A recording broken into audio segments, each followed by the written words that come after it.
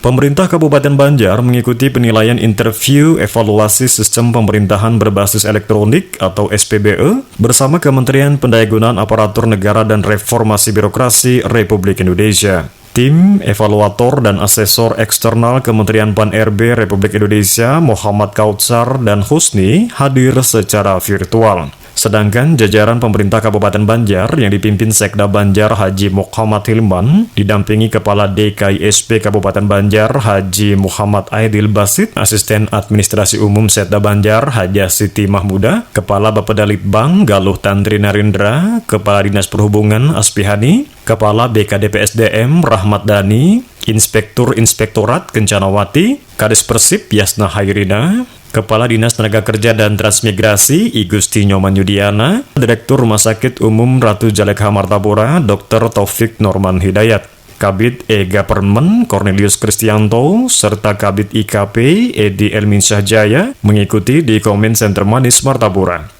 Dalam keterangannya, Sekda Banjar Haji Muhammad Hilman menjelaskan, evaluasi interview ini adalah proses klarifikasi dan validasi evaluator eksternal terhadap bukti dukung yang disampaikan pemerintah Kabupaten Banjar. SPBE sendiri dimulai dari penilaian mandiri atau oleh daerah yang dilakukan melalui koordinasi daerah. Kementerian Pan-RB memverifikasi penilaian mandiri yang dilakukan oleh daerah, yakni melalui data evaluasi yang diinput melalui sistem. Sekda Banjar menambahkan, pihaknya sudah menyampaikan terkait dengan evaluasi penilaian tersebut. Berdasarkan peraturan terpadu, ada 47 indikator yang diminta untuk divalidasi bukti data dukungnya, sehingga keluar data indeks SPBE Kabupaten Banjar.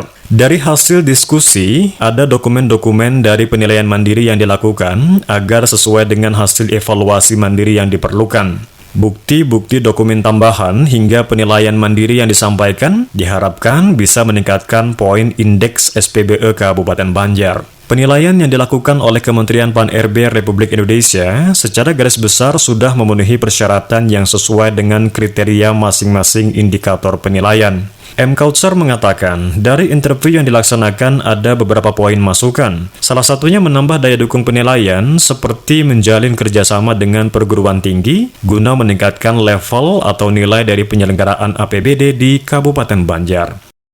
Hari ini kita melaksanakan interview penilaian atas evaluasi pelaksanaan SPBE di Kabupaten Banjar yang dilakukan oleh tim evaluator dan asesor dari Kementerian PAN dan RB.